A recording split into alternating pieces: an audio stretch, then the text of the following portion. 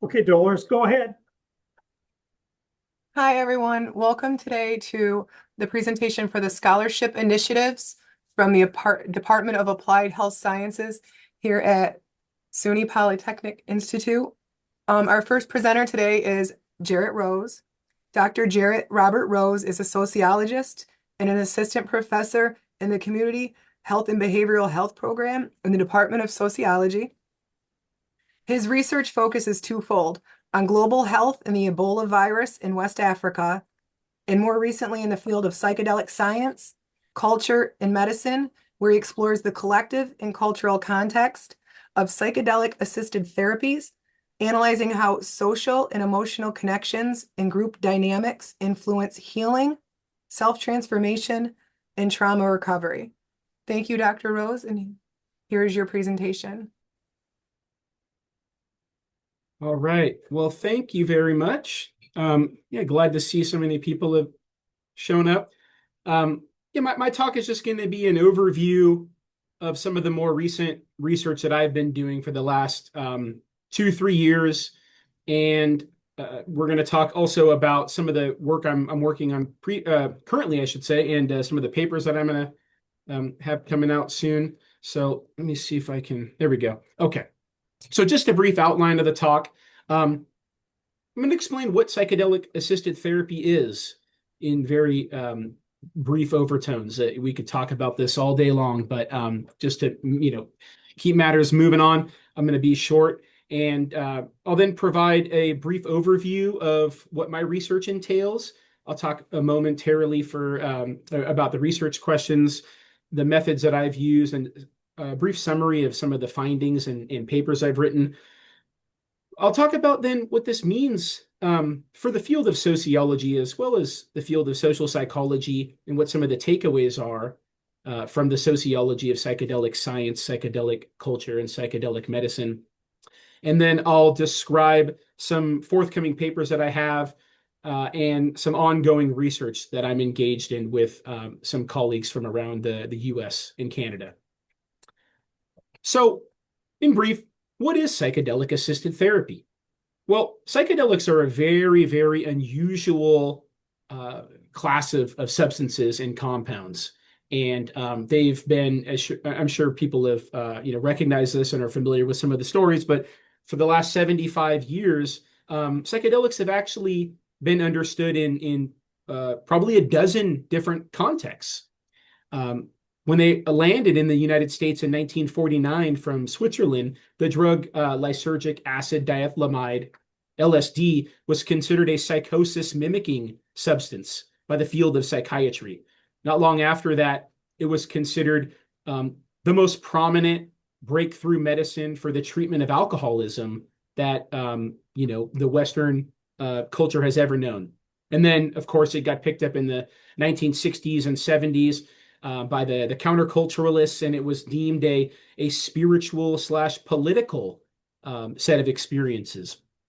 And so psychedelic assisted therapy makes use of these same substances, but does so as an adjunct to psychotherapy, the practice of psychotherapy. And the purpose is to facilitate or deepen therapeutic work and to amplify psychological and behavioral repertoires and memories for the purpose of gaining personal insight and healing. And in this, it's considered a form of exposure therapy. So the use of the wisdom or the experiences or the self-knowledge derived from the psychedelic assisted therapy experience is then integrated into everyday life for the purposes of bettering the self or healing from whatever issue one is going through at the moment. So the most important concept in psychedelic assisted therapy is integration, the integration of the knowledge, the wisdom, the insight into everyday life in order to make positive change. And it's often beneficial to discuss just briefly what psychedelic assisted therapy is not. And it is not microdosing, although this can be efficacious for altering mood, for brief periods, psychedelic assisted therapy entails the opposite of microdosing, which is macrodosing. And this is where therapeutic efficacy resides. And it is also not a recreational experience. Many different cultures and subcultures make use of psychedelic drugs for a variety of recreational experiences, but that is not what psychedelic assisted therapy is. And in fact, the focus of psychedelic assisted therapy is inward, as opposed to allowing the external stimuli of one's environment to filter in. And the use of psychedelics for therapeutic purposes is undergoing its second or renaissance phase. And again, as I described just briefly, it was very well understood in the 1950s and the 1960s that psychedelics entailed some really therapeutic, efficacious qualities. And today, what is being hailed as the psychedelic renaissance is largely the medicalization of psychedelics. And it is the medicalization of psychedelics for the purposes of treating a variety of conditions where conventional mental health medicine has had limited success. Issues like depression, post-traumatic stress disorder, substance use disorder, obsessive compulsion, OCD, anxiety. And there's some really exciting emerging research on traumatic brain injury, Parkinson's. A friend of mine and a colleague and a mentor at Rutgers just last year wrote a book on the use of psychedelics for cluster headache.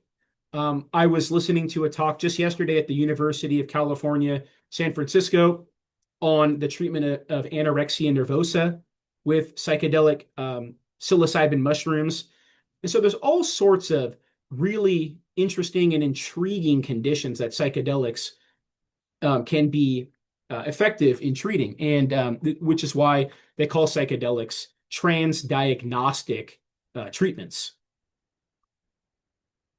Now, getting into sort of some of what I have been working on in the last few years with psychedelics, there is a very interesting issue with regard to all of the variety of discourse that exists out there with the treatment of mental health issues with psychedelics. And that is because the clinical trials that all of this discourse resides from, they're treating mainly individualized experiences. And over the last couple of years, some colleagues of mine, particularly at the University of Michigan, the University at Buffalo, have been doing some population level epidemiological surveys. And what they found is that, in fact, though we're imbibing all of this discourse from the clinical trials, 99% of psychedelic use is actually being engaged in what we can call naturalistic settings. And these are typically in group-based contexts. Group-based contexts like retreat centers and facilities in states that have legalized psychedelics like Oregon and Colorado. And so there's this really dramatic, I would call it, gap in the research literature, in that we don't understand all of this really interesting social, cultural, interpersonal dynamics that are taking place in 99% of the psychedelic experiences that are being had in the naturalistic environment. And so this is where social scientific research, I think, is really prominent for beginning to fill the void in some of these literature gaps. And so some of the research questions that I've been asking over the last few years are, what are the social and psychological or the sociocultural dynamics that are taking place in collective psychedelic contexts, particularly collective psychedelic therapeutic contexts? How are people socialized to take and experience psychedelic drugs? And by the way, how does culture and subculture influence the socialization of psychedelic substances? And then lastly, what impact does the social context have on therapeutic outcomes in the psychedelic assisted therapy landscape? So a couple of years ago, the most prominent study that I've taken that I've sort of utilized in the past few years is a qualitative exploratory study of the sociocultural and the social psychological context of group-based psychedelic assisted therapy.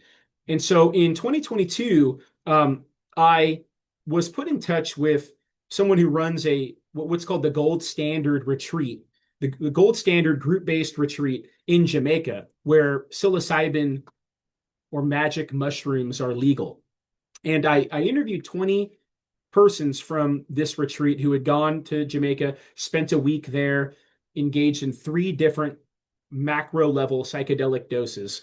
And I heard so many really social, scientifically interesting stories that I then got some grant money and flew to Jamaica and spent a week there myself and underwent the therapeutic protocol and was given clearance to engage in an ethnography of this week-long group-based retreat.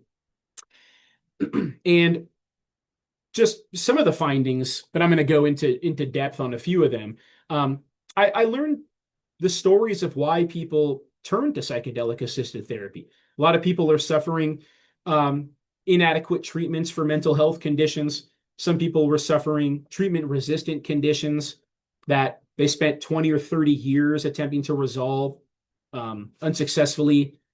I learned that people were having really deep exploratory experiences with traumatic or repressed or unconscious memories from traumatic experiences that they had when they were children. And I'll talk a bit about that in a moment. And I learned a variety of other really interesting stories about why people, use psychedelics and why people are, sometimes even feel compelled to turn to psychedelic assisted therapy. I would say that one of my most important findings was that the shared experiences that people undergo in a week-long group-based psychedelic therapy retreat are really efficacious for promoting social support, vulnerability amongst each other, mutual trust and emotional safety. And that these interpersonal experiences really impacted the efficacy of the therapeutic protocol. And this is something that was largely lacking in the literature, particularly 3 years ago when I went to this retreat. And so, social scientists and mental health counselors, they call this term therapeutic community, but this was largely lacking in the literature. And so I was really happy to have gathered this data, thanks to all my interviewees and the ethnography that I was able to engage at this retreat. And so I wrote this paper building on the literature in sociology on therapeutic community and what the classical sociologists call collective effervescence in group-based rituals. I also explored how psychedelics impact memory and traumatic memory reconciliation. And so for people who are unaware, the classic psychedelics like LSD and psilocybin mushrooms have this very unique ability to bring to the surface repressed traumatic memories, some of which haven't been received by the conscious awareness, for 20 or 30 years. And so I actually had 3 different individuals who had suffered traumatic sexual abuse during childhood, but were unaware that they had done so, and their bodies and their minds protected them from those memories until a large dose of psilocybin mushrooms brought those repressed memories to the forefront and gave them the opportunity to reassociate and re-narrate those traumatic experiences. And so I wrote a paper connecting memory, trauma, and self-transformation, sort of, describing how autobiographical memory is really important in the healing process. And these things are also situated in the community because the community tells us and sort of socializes, the retreaters in how to express themselves, how to narrate their emotions, how to, reconceptualize their lives, their autobiographies. And the most recent paper, I think the most recent paper that I've written on this subject is a reflection on the usefulness of sociological studies in exploring the cultural and the subcultural contexts, the interpersonal and the social psychological context of not just drug use, but of drug experiences. And so what I've done here is I've brought to the literature the history of the study of sociology, particularly through the framework of Howard Becker, who just passed away last year, actually. And I've talked about why sociology as a discipline can be really, really useful in studying psychedelic science, psychedelic culture, and psychedelic medicine in the 21st century. So I'll just take one or two more minutes here and describe some of the sociological lessons that we can take away from the sociology of psychedelic culture, psychedelic science, and psychedelic medicine. The cultural framing of medicine. Psychedelics illustrate very, very uniquely how society describes what counts as medicine or what counts as illegal drugs, thus showing the influence of culture, politics, stigma on medicine, on drugs, on public health. Secondly, traditional uses by indigenous peoples of psychedelics are inherently communal, they're inherently collective. And the modern clinical trials are not utilizing the collective or, again, what I've called therapeutic community. And I think that we need more social scientific research on the collective naturalistic exploration of psychedelic medicine. Third, psychedelics show how happiness, well-being is not just about external accomplishments, productivity, success, but about inner meaning, authenticity, and connection to self and others, as well as to nature.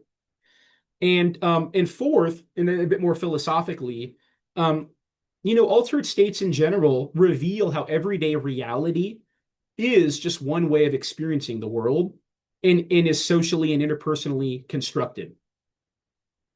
And lastly, I've got a couple of papers coming out any week now, in fact. One is looking at the connection of psychedelic medicine to psychiatry and to neuroscience in the 21st century. And we're exploring some of the issues endemic to psychiatry and neuroscience and why the field of psychedelic science and psychedelic medicine needs to sort of pay attention to those issues in order to sort of not follow suit. And some people in the crowd also recognize that as a surfer from Southern California, I also explore how surfers have used psychedelic drugs historically, from the 1960s and 70s all the way up until today. And I've written a couple of book chapters on this issue historically, and I'm happy to now be publishing papers, both book chapters and scientific articles about how contemporary professional surfers are using psychedelics and what that means about professional surf culture in terms of how it explains well-being, health and happiness, and healing. And some of the ongoing research that I'm working on currently with some colleagues around the United States and around and in Canada as well is we have a national survey out looking at users of psychedelics, but specifically surveying their experiences in collective settings. And so I'm glad to have some sort of population level data on this to sort of bolster some of my arguments that I've made in the previous papers that I just shared with you about the therapeutic communities and collective contexts of psychedelic medicines. And then I'm also just continuing to sort of explore as a side project the impact of psychedelics on surf culture. And that's about all I've got. That's about my time. And so thank you very much. And I look forward to any questions or concerns, probably after, I think. Are we doing questions now or later? Well, I was going to ask if anyone had any questions for Dr. Rose while our next presenter is pulling up their presentation. And I believe Dr. Hazan is going to go next. It looks like Louise has a question. Yeah, back on one of your early slides, maybe the third or the fourth one, one of the things you didn't mention but was on your slide was that studies have shown there were no medical, oh, I forget exactly how you worded it, consequences basically from using psychedelics, no long-term community effects or something like that. I'm not quite sure what you meant because I know a number of people in college who took psychedelics and some of them are still having problems to this day, and that was a long time ago. Well, I'm sorry to hear that. What that means is that compared with a lot of psychiatric medications that have, a history both, which is, sidelined as well as being discussed now with regard to, side effects, Mhm. psychological or behavioral, or physical, I should say. Psychedelics are largely, at least the classic psychedelics, are largely non-toxic and don't have a very detrimental impact on the physical body. And so they can be explored in high doses, and there's not a risk of substance abuse, and so on. But the thing is that if there are certain populations that should not explore psychedelics. If you have a history of schizophrenia or psychosis in your family, you should steer clear. But largely, they're well they're well taken by the body, and people do not have to worry about overdosing or physical toxicity. And I'll just say briefly, MDMA, otherwise known as ecstasy, is not a classic psychedelic. It's actually a stimulant. And so people do need to be aware of overdosing on a stimulant. And people have historically overdosed on a stimulant like MDMA, whether it's, not having enough, water in the body or not having enough sodium, on the opposite side of things, and just sweating, usually because MDMA has been used in raves and in dance parties as a sort of subculture. So, a lot to be discussed, but thank you for the question. I really appreciate it. Thank you. And Natalie also has a question, and then we'll go on because we're a little over, go on to Dr. Hazan. Hi, Jarrett.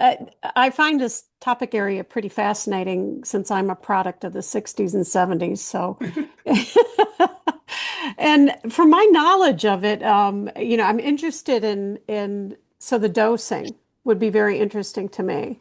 And how do you quantify that dosing as far as do I take one mushroom or two or three or four, where they're coming from? Because I know that it can be different amount of the psychedelic um, substances within those mushrooms, and how are they doing that?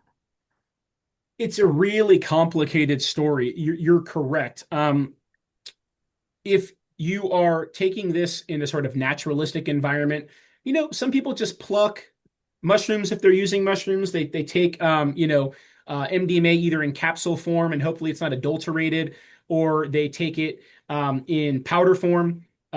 If you're taking them in clinical trials, they have a exact amount that they measure in milligrams, and they use a variety of different methods to achieve that exacting dose. Um, there's a company in Canada that produces synthetic psilocybin, which is quite strange, and some of the naturalists would argue against that, but they're able to make the dosing exact, and they sell those products to scientists who are working on the clinical trials, so they have an exact amount of the dosing that is used for every single subject in the treatment protocol. So again, it just depends on if you're taking it in a clinical setting or in a naturalistic setting. But like you said at the beginning, kind of talking about the sort of naturalistic or a subcultural dose. Yeah, some people take the psychedelic mushrooms, and it's basically word of mouth how potent these are Hmm. in terms of the genetics of the mushroom, or just in terms of your socialization, who's giving you the psychedelics, who's mentoring you through this process, and so on and so forth. So there's a Yeah. pharmacological response as well as a sociological response, just depending on the settings. Because it's interesting because they used to grow in cow patties out in the Still do. fields, They still out in the do. fields. So They still do. How they sterilize them, I don't know.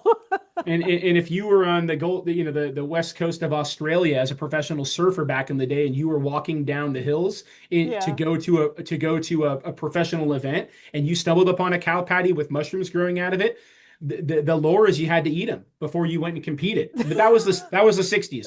So again, you can see how these things are both, you know, pharmacological or psychiatric or sociological, depending on the setting that we're talking about. So. But we'll talk more, soon, you and I. Well, Thank you. the therapeutic effect for psychiatric patients is very, very interesting. Absolutely, absolutely. Thank Thanks for the you. questions. Thank you so much, Dr. Rose. Our next presenter is going to be Dr. Hazan. I think though, Jarrett, you might have to stop sharing so she can start sharing. Sorry about that. That's okay. There we go. Hi, can you hear me? Yep. Are you going to put up a presentation? Yeah, that's the Okay. task. Yep. So while Um, she's pulling that up, Dr. Hadar Hazan is an assistant professor of clinical psychology at SUNY Polytechnic Institute and also an affiliated researcher at Yale School of Medicine. Her research examines psychosis, insight, and the role of culture in mental health, treatment, and recovery. She is dedicated to bridging clinical science and practice through culturally responsive approaches to assessment and intervention. Thank you, Dr. Hazan. Thank you. Sorry. Hold on. Can you see my screen? Yes. Can you see my notes? No. That's good. I was just checking. Okay, so first of all the Psych 477, open the cameras. This is not an exemption. You still have to attend the class. Okay, so thank you all for being here. I was told I have 15 minutes to review the early signs of psychosis. And so that's what I'm going to talk about, why early changes are easy to miss and how campus can support the timely identification of early psychosis. Okay. So before we begin, I'd like for you to write in the chat, what age do you think symptoms typically begin? Symptoms of psychosis. Let's see.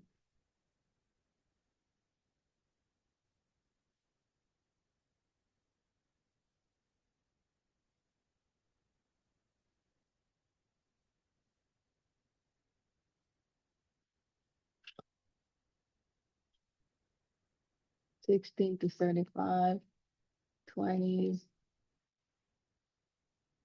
13. Okay, 21, 20. You're pretty good. Okay, puberty, 15, 20, 25. That's pretty good. I mean, I had an idea that you would think it's much later, but you got it right. So most people, when you ask them about psychosis, they tend to think it starts much earlier, but the onset peaks between 16 to 35, with generally men tend to have it earlier than women, but 16 to 35 is the developmental window where our students occupy. So that's why it matters and it's important to talk about this. So hold on. So about 3% of the population will experience psychosis. Now that's quite a bit when you think about it. And early changes are almost always always emerge in during school or major transition or early employment. So because students, they tend to spend significant time in academic environment, campuses tend to be the first to notice the change. Okay. So what is psychosis? What comes to mind when I say psychosis? I'm just curious to see. You can write down what the word psychosis means to you. Let's see. I'm here. I hope this is okay. Psychosis, anyone? Disconnection from reality. Okay. Francia, you have some prior knowledge, so that doesn't count. Delusions, altered reality. That's pretty good. Voices, paranoia, problem. Well, you're a really good student. A lot of the time when you just ask the lay people, psychosis, schizophrenia, they always tend to say split personality or personality disorder, but it's not the case. So psychosis.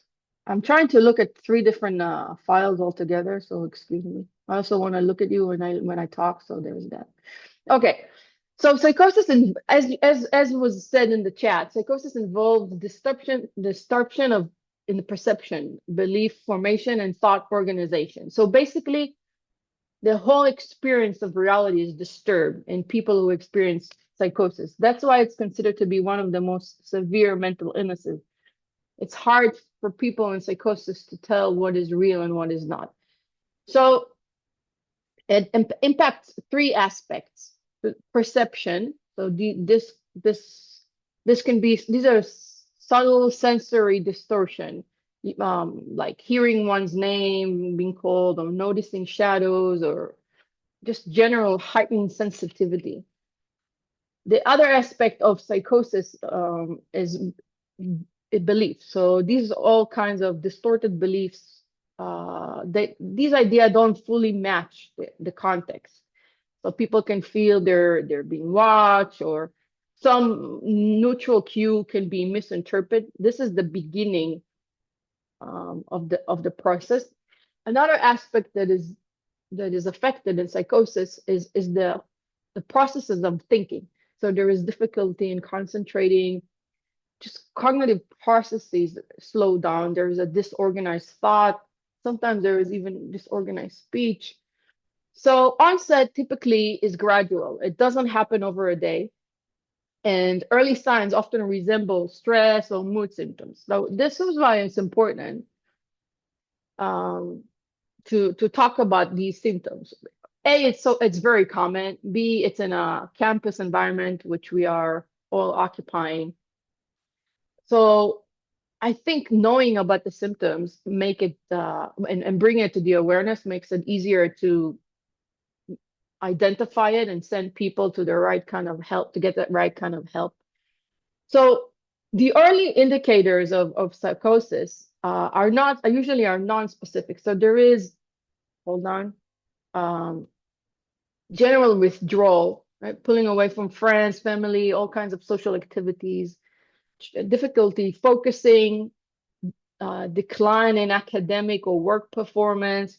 So one of the problems is these patterns, they overlap with other problems, with other common stress-related presentation, which adds to the difficulty in recognizing what it is. Okay, so let's talk about the three domains of symptoms. So perception and belief changes. So the more the symptoms progress, people may become increasingly suspicious, interpret natural interaction as threatening, or experiencing difficulty distinguish dream from waking states. So sometimes you wake up and you don't know if it happened or it didn't happen. People with early psychosis, they have this problem in reality. They don't know what is real and not is real, but it's very subtle in the first stages. Okay. The other domain is motivation and emotion, right? So this is actually is important to distinguish psychosis from just mood disturbance. You got the loss of drive, the social withdrawal, reduced expression of emotion, just generally loss of interest and neglect of self-care. And then, so we have these two aspects. There is the emotional aspect, the social aspect, the cognitive aspect. In order to differentiate between other mood disorders, it's very important to look at the cognitive and the functional changes. So cognitive changes includes difficulty to concentrate, slow thinking, trouble following conversation. And so that's one aspect. And then there is usually a very steep decline in function. So when we talk about students, you can see someone's grades going from A plus to C within a year. And another functional changes also include irregular sleep, just generally decreasing work performance. And often faculty and staff can see this changes before students recognize them. So, of course, unusual experiences alone are not diagnostic, right? To determine if a symptom is a indication of early psychosis, we have to look at 4 aspects: the frequency, the level of distress it causes, the conviction, and the functional impact. So, for example, right, you can ask someone, have you ever found yourself feeling suspicious or mistrustful of other people? So let's just say the person says yes, right? So how often do you feel that, right? Do you feel that every day, once a week, twice a week, every month, once a year? And then how often during the day? Say someone says every day. Do you feel it every hour, once a day? So first of all, you're trying to establish the frequency. In the early stages, it can be very mild. It can present itself, once a week, once a month, just this general suspiciousness. Now, another question to ask is the level of distress. How much distress this thing is causing you? Are you able to shake it off? And conviction and conviction is how convinced you are. This is a very important aspect of distinguishing early sign of psychosis from full-blown psychosis is the conviction, the ability to, how much are you convinced in what you're thinking, seeing. For example, one can say, it's very common for people to say, my neighbor is watching me, right? Now, in the very early stages, before it's full-blown, one can be convinced that it's, you can show evidence to the contrary, right? They say, yeah, maybe but yes, they're watching me, but maybe I'm being paranoid, or they're watching me, yes, but not all the time. And then the more it progresses, the conviction is 100%, like the very, very severe level.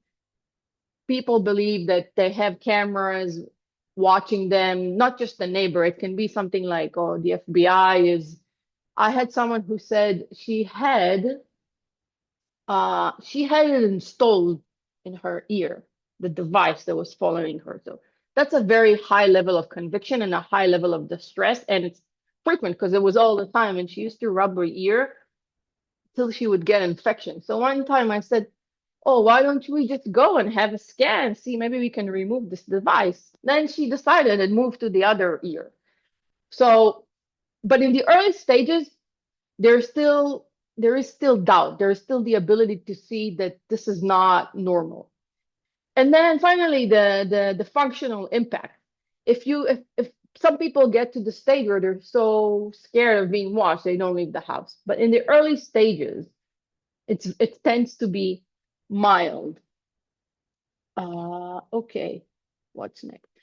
So, what are the risk factor for psychosis? There is the usual risk factors that we know for mental illnesses is the family history. Actually, it's a big factor. It has a big genetic component. Usually, if someone has in the family someone with a history of psychosis, then they call them schizotypy. So people who are high risk of psychosis. And then trauma exposure, even in the womb stage, if the person is exposed to drugs while in the womb, and then all kinds of just movement, migration, and discrimination. So some studies show that you can, based on your zip code, we can determine someone's chances of becoming psychotic. Like, you know, if you very affluent area, they have a slower, lower rate of psychosis transition.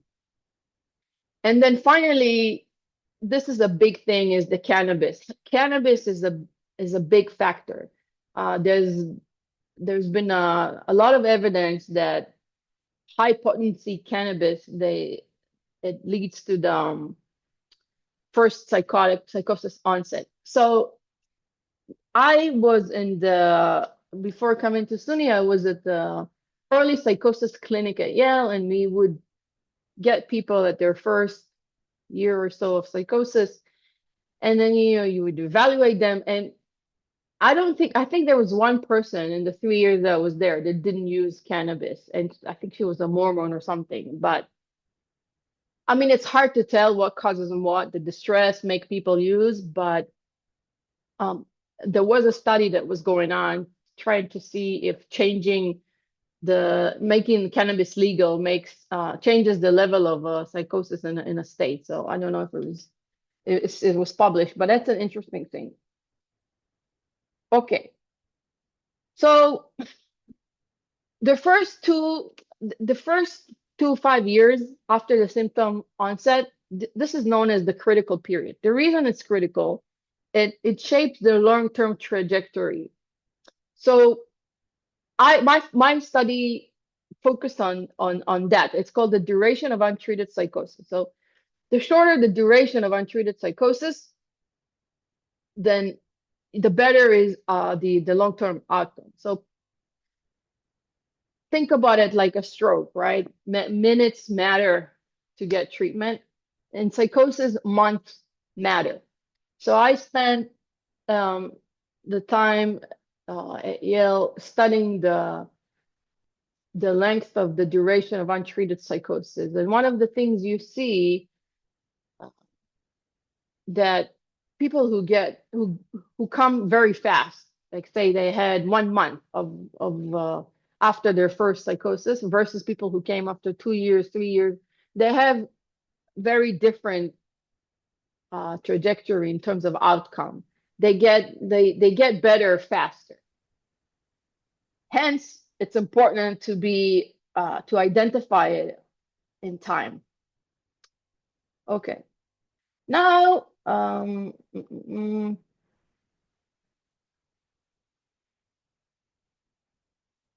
so there are a few main screening tools to ask about psychosis. The prime, they're very short questionnaire that you can use to determine someone's psychosis risk. Now, how do we ask? Wait, no, I haven't messed. Hold on. Okay, yeah, I missed this. Okay, so how do we ask about these experiences, right? This is very important. How to ask. The first thing is to use non-stigmatizing language, right? So you don't go and just say, you don't just say, are you hallucinating? Right? You say, you can ask, do you ever feel like your mind is playing tricks on you? Or the language is really important. Or have things felt unusual, intense, or less real for you? So the idea is to approach these experiences. You have to be culturally sensitive. And another thing is the collateral information. Sometimes the person cannot report what's going on, but their parents would know, their teachers would know. And the combination helps us to create a better picture. So we talked about the common screening tools. They identify patterns suggesting elevated risk, and they help determine whether a full clinical assessment is needed. So it's like the first stage. Okay. So why early intervention works? I worked at it's called CSC. It's a coordinated specialty care. These are clinics that focus specifically on early psychosis. And when we say early psychosis, we mean 0 to 5 years after the first episode. And they have everything. It's like this umbrella service that has everything in it. You got case management, psychiatry, um, medication management, therapy, occupational help, and it's specifically designed to help people after the first episode of psychosis. Now, the studies that I have conducted in recent years on the matter, they show that getting people to treatment earlier, specifically within a year or so of their first episode. So meaning the duration of the EDUP, actually in the lab that I did was they conducted a campaign in which they tried to reduce the duration of untreated psychosis for the whole state of Connecticut. And then now that's what they do now. And before that, they did it in New Haven. So people had a short duration of untreated psychosis, less than 5 months. So we see that when people get to treatment faster, compare the two groups, you see they have a reduction in hospitalization, risk of suicide, social isolation, and then generally they have better outcomes when it comes to functioning. I don't know if you're familiar with the GAF. GAF tends to, it's a global assessment of functioning, tends to get better, faster, especially during the first 6 months for those with a shorter DUP. They also report better quality of life, which is also a form of functioning. Okay. So to support early identification of psychosis, people need to be informed, right? We need to increase awareness together with stigma reduction and have a clear referral pathways. So people know if someone is coming, let's just say they have all these mood-like symptoms, but at the same time we see decline in the school performance and social withdrawal, then this is a red flag. Because one of the main ways to distinguish mood disorders from psychosis risk is the cognitive, together with the social, together with the emotional aspect. Usually when people are depressed, you don't necessarily see the cognitive decline. Like you have to be a very extreme, maybe psychotic like depression to have disorganized speech or to have disorganized thought. So the idea of the talk is to bring us to the awareness of the staff and of the students who I made watch this. Okay. So thank you for your time. Early identification of psychosis is a powerful tool, and I think campuses, they play a central role in shaping trajectories for young people during this critical developmental period. This is a QR code for the talk if you want. And that's it. You can ask questions. Does anyone have any questions for Dr. Hus?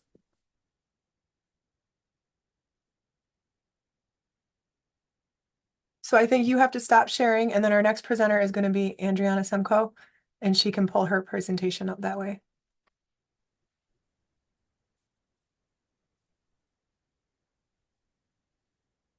And while she's getting that prepared, I'm going to introduce her. So Andriana Semko is a program coordinator and faculty member in the Health Information Management program at SUNY Polytechnic Institute.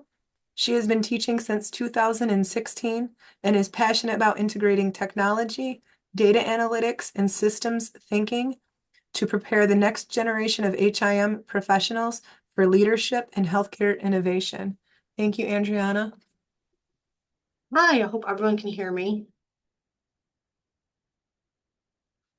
So today I'm going to be discussing Beyond the Chart, AI versus Human Expertise in Nursing Interventions, and Balanced Sex Technology.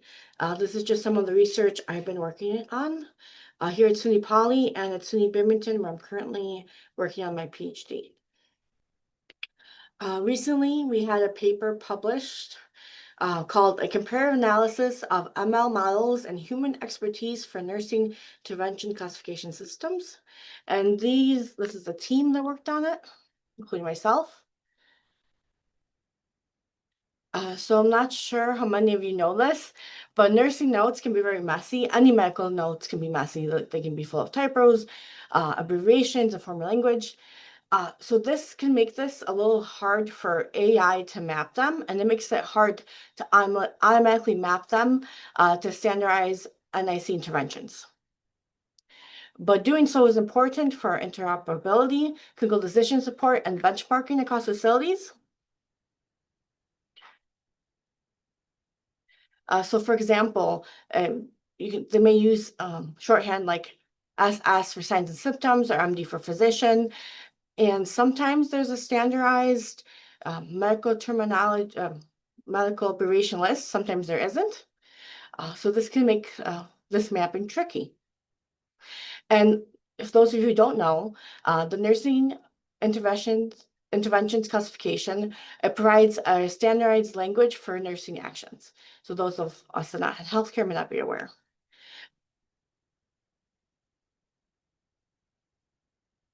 And just here's a quick reference table on some examples of these NIC categories, like drug management or patient education. So what we did is we used 4 different machine learning models and expert nurses to go through these nursing notes. We used text-based matching, UMLS concept mapping, GPT-4 Mini, and BIO Clinical BERT. And our objective was to compare 4 machine learning models against expert nurses. Wanted to see how well these models could classify notes, measure their precision recall, and F1 scores. So I'm curious, how many of you think that the AI did better than the human? You just put in the chat for me. So what do you think did better? And so a big goal of this is to identify gaps and future directions for nursing documentation. Human, AI, human, human. Just gonna give them a couple minutes to put their thoughts in the chat.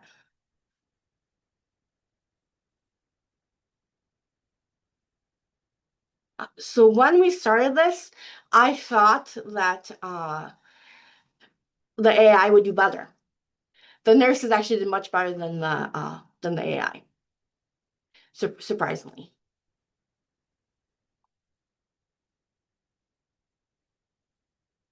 So we used 2,398 nursing notes from 2019 to 2022. We de-identified these nursing notes from a home health clearinghouse in Florida. And then we had 2 expert nurses that labeled a sample set to create, so we have some comparison. And we tried multiple enhancements. So again, the notes were de-identified to protect patient privacy. There was a lot of duplication due to templates and like copy and paste practices. So that did create some issues. And the 2 nurses developed consensus on the NIC class labels to serve as a gold standard. And it was used to evaluate model agreements, precision recall, and F1 scores.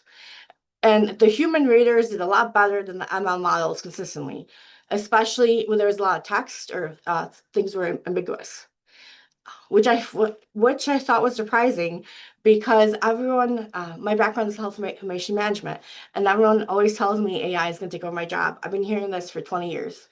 Since I started in the field, well, maybe 15 years, that AI, the computer is going to take over. It's not going to happen yet because the nurses are much better than the AI, surprisingly. So human raters achieved the highest performance. The strong agreement with the consensus labels, especially when there's a lot of text or things were ambiguous. GPT-4 Mini was the best performing ML model, and it was able to capture some nuances and aberrations better than others, but still struggled with minority or context-sensitive NIC classes. The bioclinical BERT was similar, but had slightly higher precision with the clinical notes, and then the TF, IDF, and UMLS was weak on context-heavy tasks. So humans did a lot better than the AI. The models did well in like categories like drug management, but they fell short when things were things are ambiguous. Maybe there's a lot of text. And just some examples of this. So first, for clear notes like drug management, everyone agreed both the human raters and the ML models classify them correctly. So these were straightforward cases with structured language and domain-specific terms. So if it was very clear and it was, easily identifiable by a human, it was very easy for the AI to be able to match this. For the more ambiguous notes, like instructions on assistive devices, there's disagreement across the board. Even two humans debated whether it was patient education or an activity management, while the machine learning models, the AI models, completely just put them into categories not related. So this shows how ambiguity can challenge both humans and the machines. And then for the instructional notes, like catheter care, humans agreed it was patient education, but ML models misclassified it. The models latched onto words like catheter or evaluate and missed the instructional context implied by teach.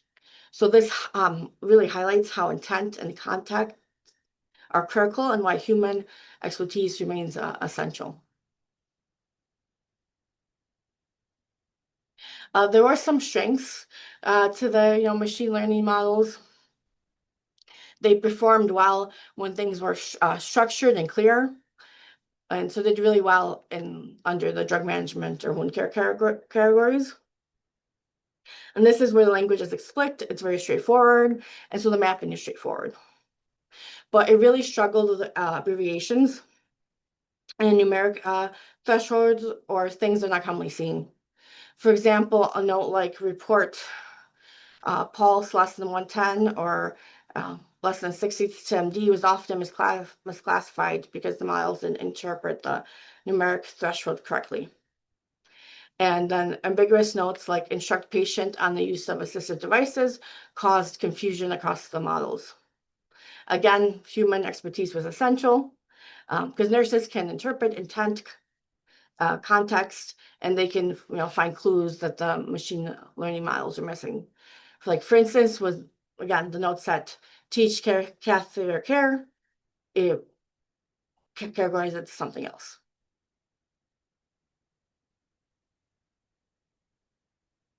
Our goal for this is actually to be able to do more research in this field.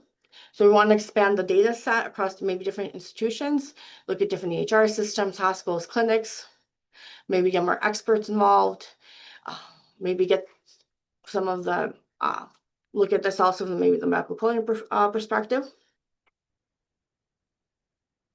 So there's a lot of work we can still do in this area. And really the conclusion was AI does not replace but assist nurses, especially in this. Automation can support documentation, but clinical judgment remains essential. So it's good and when it's easy to see, it's clear, there's interventions are very common. It can help reduce some of the workload. However, if there's something rare or ambiguous or very context heavy, the AI model does not do well. But who knows? Things are changing. Technology is always progressing. If we repeat the study, will AI gain spark? It could be a different result. Some other work that I've been doing is with balance sensing technology with Birmingham. So the members of our team and researching falls. because falls cost a lot of money for the medical system, and they also really deteriorate someone's health, especially if they're elderly and they fall. And so, for example, in 2015, Medicare spent $50 million on medical treatments associated with falls. By 2020, that problem increased to $80 billion. And then 1 in 4 elderly adults report falling every year, which ends up being 14 million seniors. And we just recently finished the interview process. And what we're looking is, we're looking to make a sock that can test a person's balance. Like, you know, a lot of things are popular right now, like the Fitbit watches and like the rings that can track like your heartbeat and your fitness activity. So we're thinking this can go on the lines of this. So some key insights we pulled from the interviews is everyone needs balance for physical activity to prevent injuries. Is that very critical for the Asian population and athletes? Fall risks in healthcare. There's fall assessment used. It's limited by cost and staff, and technology could improve monitoring. Really, there hasn't been any new technology the healthcare system has adopted. Some are using like cameras to look at patients, see if they're at risk of falling, but the results aren't great from what we saw. And also there's a lot of interest in variables. So users want tech that they can wear, like they can give them data right away. So the goal is for the sock to track a person's balance, measure subtle shifts over time, detect early signs of imbalance or gait changes, and like produce real-time data. And this can help clinicians and caregivers monitor progress and respond earlier as they maybe see some issues going on with their gait to prevent these falls. We saw there was a user demand across older adults, retirees, students, and young adults, because I know everyone wants data on themselves now. But healthcare professionals were interested in this because obviously if they can prevent falls, increases patient health, decreases the cost to the facility. Because I'm not sure if everyone's aware, and if you're like in the nursing home and you fall, Medicare does not pay for that treatment. So a lot of times if you get injured in the hospital, the insurance company won't pay for it. So that's also a big concern in the healthcare industry. So this could help consumer fitness tracking, senior fall prevention, rehab support. Currently, we're building the first sock with these embedded sensors, and we're collecting data, and we're going to hopefully go through testing of it soon. Just because there's not many new technology out there, and falls are detrimental to people's health, and also are very expensive on the healthcare system. Do I have any questions from anyone? Yes, please. Yes, Louise. Adriana, this is very interesting. I didn't realize you were working on this. You look like you've got different populations. I mean, a hospital-based population that would not be wearing shoes, and an adult or athletic population that would be. So are you looking at the same type of sensors? I know you're just starting, but I can see For right now, we are. Mhm. The whole purpose of it was supposed to be a sock, like for healthcare. Like, you know how the hospitals have the grippy socks? It was supposed to be the sock a person can wear and we can see their balance. But as we started interviews, Yeah. people who are related to like athletics were interested in this. Essentially, we were just trying to interview older adults who maybe would be interested in this, and healthcare professionals. Well, I can understand that because I am well aware of the fact that as I've gotten older, my balance has decreased. So you're right. There are healthy older adults that would be very interested in when they were having problems. And then, of course, what can we do to help them not have those problems? So this is a very interesting subject. Thank you. Yeah, so that's how we end up with the athletic sector because it was only supposed to be Yeah, muscle based, but then there was a lot of interest. Like, oh, I'm also a runner. I want to see how my balance is as I'm yeah. running. Or Am I I'm off about to balance running? retire, Yeah, and so that's how it shifted in that direction. sounds interesting. Thank you. Natalie? Looks like Natalie, yeah. It's me again. I can't help but ask a question. So what color are these things? Right The now, sensors. Now they're oh, yellow. I mean, we wear yellow socks in the hospital to identify fall risk. I don't know what color socks are gonna be. Right now, we're just using we're using like a gray. We're using like a gray hospital sock, and we're putting the sensors on it to test it. Okay. No, I just know that they utilize, and I know this sounds maybe silly to other people, but they use that bright canary yellow because then everybody knows what that is. So they know automatically. You don't have to put a sign up that the patient is a fall risk. That's good to know because I didn't know that. It's been a while since I've been in the hospital, so I actually made that as a note. Uh, Well, it's actually quite useful. So this is why we have to collaborate.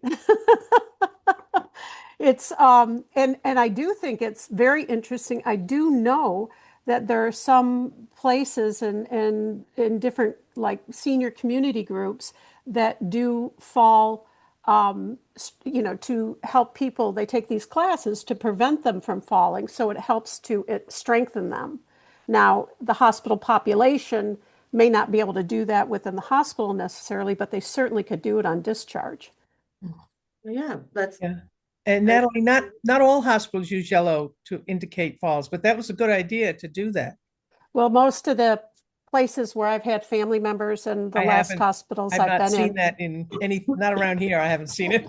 well, I tried to figure out why my mother had canary yellow socks on, and that's how I found out. So, well, thank you very much. It is a very interesting topic. Thank you, Adriana. We do have one more presentation. Um, and if Dr. DiPaolo, if you want to start pulling up your presentation or setting it up while I introduce you. Dr. Nick DiPaolo is an assistant professor of health informatics at SUNY Polytechnic Institute. He does research on information systems, government communication, and public health. I thank you, Dory. Can everyone hear me? We can hear you. Can you see my You slides? can see your slides, but you're still in the edit mode with it. There you go. I'm on the edit mode. Nope, now you're in It's presentation. Yep, now you're in presentation. All right, and just before you start, at the end of this, I am going to share a QR code for feedback for the entire presentation, but I'm also going to put a link for it into the chat right now. Thank you. Okay. Okay, should I go? Yes. Thank you. Okay, hi everyone. So I'm going to be talking to you today about research on health communication and the impact of information technologies on healthcare. And some of this is research that I have conducted. Some of it is research that I'm working on right now. And some of it is ideas that I find interesting related to my work. Some key takeaways that I want to talk to you about today. First, on the area of public health communication. I'm going to be talking to you about social media and how social media are important means of communication between public health agencies and the public for various reasons. And also I'm going to present what I'm calling a social environmental model that captures various relevant factors in public health messaging, and that may be useful to understand how public health agencies communicate with the public and how public responds to this messaging and information. And then I'm also going to be talking to you about IT, information technology policies for healthcare, and specifically on the case of artificial intelligence, AI. So there's a lack of policies in the United States addressing AI issues in healthcare, and also beneficial applications of AI in healthcare should consider administrative and social factors as well as patient outcomes in their decision to implement AI. Of course, in addition to whether or not the technologies may be effective in particular tasks. This last point, I'm actually not going to develop it fully here, but I will talk more about it in the future talks this week during the College of Health Sciences week. So if you're interested in that, come later for my other talks. So I've been doing a lot of research on health communication, how public health agencies, government agencies talking about health information and environmental health information do so, especially on social media, and how the public in general responds to this communication. And I wanted to raise some points here, just kind of lay the groundwork why we should care about health communication on these platforms. So, well, first, social media sites can enable people to learn about, well, first, actually, the point I didn't put here, but is that, well, a lot of people are using social media sites for all sorts of activities, talk to their family, obtain different types of informations. Also, social media sites can enable people to learn about scientific information, health risks, and protective health behaviors, not just from public health agencies, and probably not mostly from public health agencies, but from other health professionals and people involved in this kind of a conversation. People can share health information with others, helping messages reach wider audiences. So when public health entities use social media, they can have people help spread the messages to their own networks. During novel emergency situations, social media may serve as fast channels for health authorities to spread their information. And social media sites can enable us researchers to see how public health agencies and the public are interacting and responding to public health messages to better understand the dynamics of this activity. Here I have some results of some of the work I've been doing, and I just wanted to highlight some key elements of the work that I'm doing. And in this case, it has to do with a message design and how messages are constructed in the public health context. And what we did in this study was take messages from public health agencies, both on Facebook and Twitter, now called X, and analyze the message based on various different types of aspects.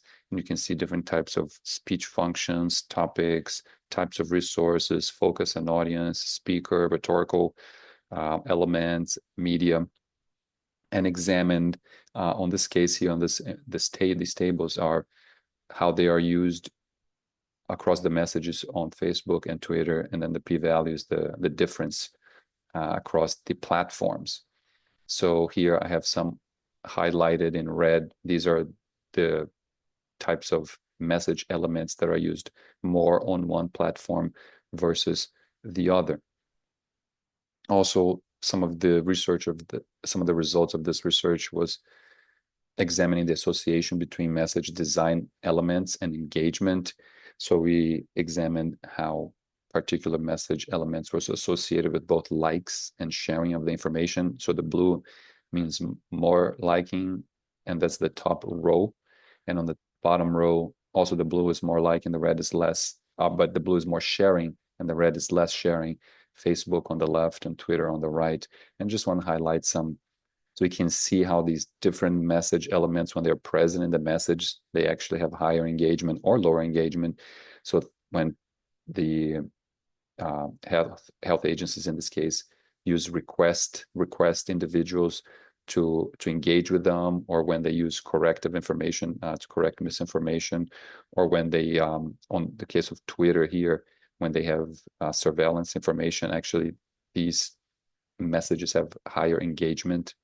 Surprisingly, in this study, we actually found that the inclusion of media elements or hypermedia elements, including video, photographs, hashtags, was generally associated with less engagement across both platforms and in terms of likes and shares. So this is some of the work I have been doing. To expand on this work, I'm also examining the use of fear appeals in public health messaging, and I'll talk to you a little bit about that. So in theories of health communication, there is this common work on fear appeals. It's called the extended parallel process model. So what this model suggests is that if a message contains both threat information, that is information about the threat, namely the severity of the threat and the susceptibility of different people to the threat, if you just include these threat elements, the message is usually rejected. People don't believe in it, they don't accept it, and they certainly don't act on it.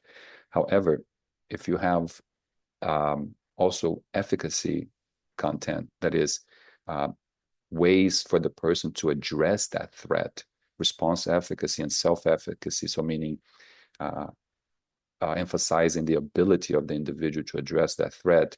And if you have both of those, if you have high in both threat appraisal and high in efficacy appraisal, that generally leads to acceptance of the message and generally also behavior change. But just one of the elements is not sufficient. So my interest was to actually examine this on social media. There's a lot of research on fear appeals and how this, and this actually is very interesting. There's a debate on this model or whether this is actually works this way or not. So my interest is to examine how this plays out on public health communication on social media. To give an example, so this is a type of public health messaging you would see regarding COVID-19. In this case, the text highlighted reflects the threat information, so both the severity in this case and also to some extent susceptibility of the individuals. And also there is a type of response efficacy here in the sense that it gives individuals a way to address the threat, in this case COVID-19, and the message here is to get tested. So that's one way, to protect your loved ones, protect your neighbors. A lot of other elements in this message as well that I think are interesting, but here those are the two components of the severity and also a little bit of response efficacy. And in this work, I'm interested actually to explore the several factors, social and environmental factors that impact public health messaging, which is something I see in the literature in bits and pieces, but it's not really incorporated into a full framework.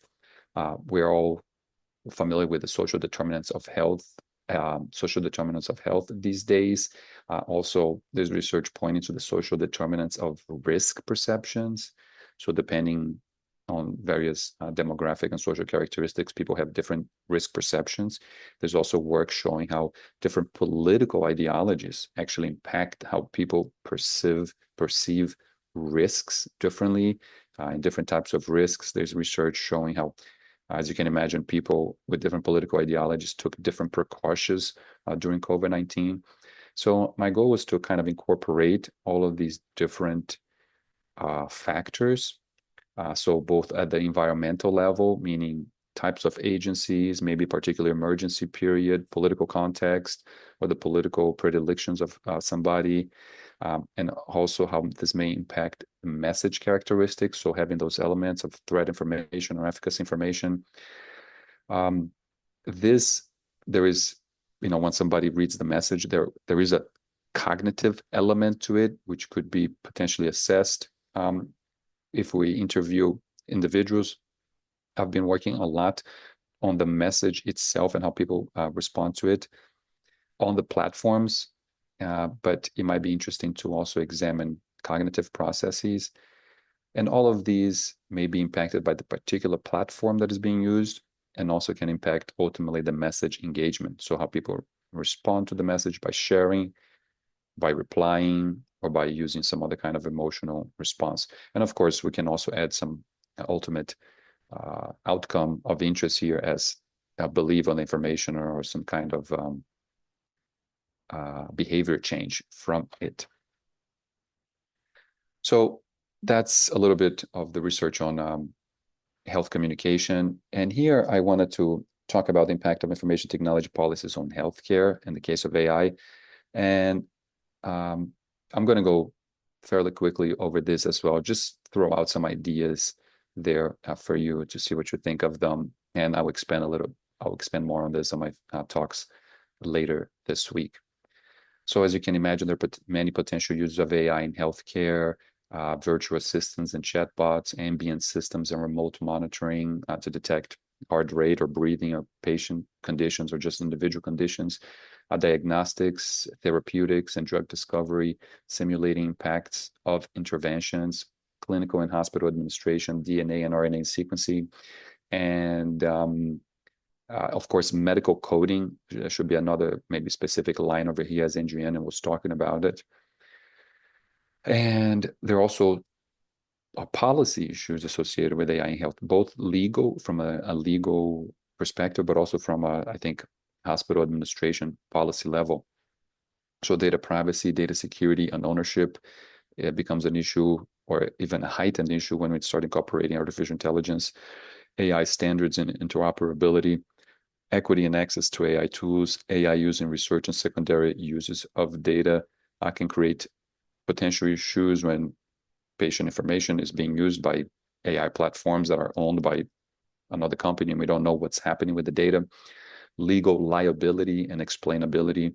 So often AI tools are kind of black boxes. We know that it gives us an outcome, but we don't know the processing it. Also, when AI makes a decision, a medical decision, who is liable, who is responsible for that decision? So I think these are some of the major policy issues of AI in healthcare. There have been major legal frameworks for IT, information technology in healthcare. HIPAA, of course, is one of the major ones. Also, U.S. 21st Century Cures Act in 2016 did some things related to information technology, especially in supporting data sharing, some privacy protections for research volunteers, and did some other modifications also in some administrative area.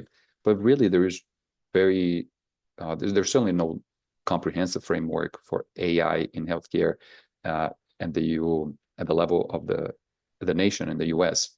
But there is, and I'm also doing some work on this, on recent laws addressing AI in healthcare.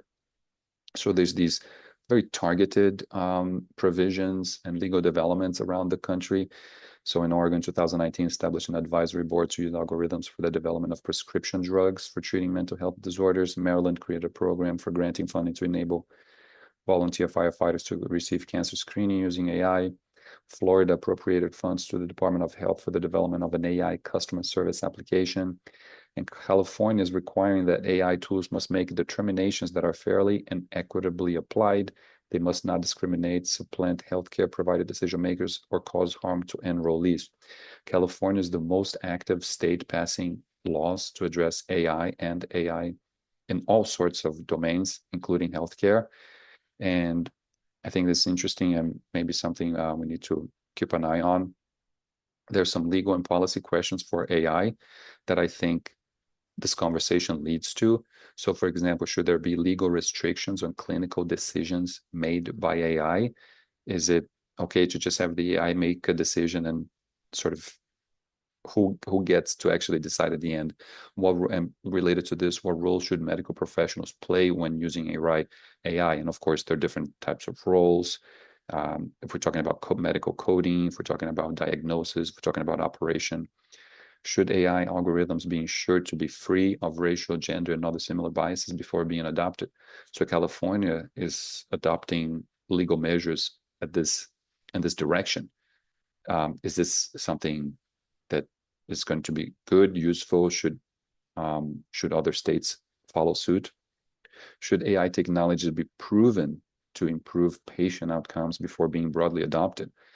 We can see that there's a lot of promises of these technologies, but should we really have clinical evidence that they actually work on the patient's favor before being adopted? Also, some AI technologies may help with finance or administrative questions, but what is really the goals that we're trying to achieve with these technologies, and how do policy and legal frameworks, how can they address these questions?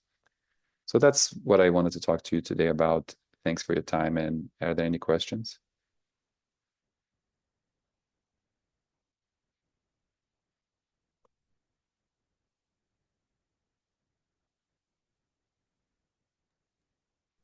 Thank you so Nick. much. Nick, Oh. you brought up some really good questions. Uh, we are, even though AI has advanced quite a bit in the last couple of years, we're still early on. Yeah. And I'm thinking back in the mid 90s when the web came on, it wasn't used for anything legitimate or anything of any value. It was places that people could post things that made no sense at all. And look how quickly that changed into being a really productive tool. So I would say in the next 5 years, what we're seeing with AI is going to, in 2030, will be nowhere near what we're doing right now with AI. That's I true. think it's progressing. So nice job. That's a very good point. Very good point. Yeah. And usually policies and the issues that come will be clear later on, right? We don't really know how these will be developed. So I think we are in the early innings of this.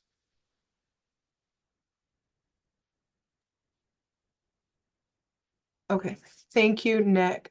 I'm Thank you, Dari. going to share a QR code, but first, I wanted to share that Nick had mentioned another presentation later this week, and he's talking about the one that is on Thursday from 2 p.m. to 3:30 p.m. Again, the same time frame as today. And that one is sorry, I just minimized it. It is going to be in A133, and that's about the future of technology in healthcare. Yeah. It will be online too. Yeah, it's online. It's in Casella A133. So Yeah.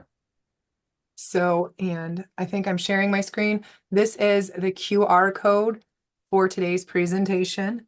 Thank you to all of our presenters. And in addition to the QR code, you can also just use the link that was posted in the chat. I did have one person who said that it wasn't working, but a couple other people were able to make it work. So I'm not sure why it wasn't working. And I'm sure that we could send out the link again to people if they needed it. Thank you, everyone, and have a great day.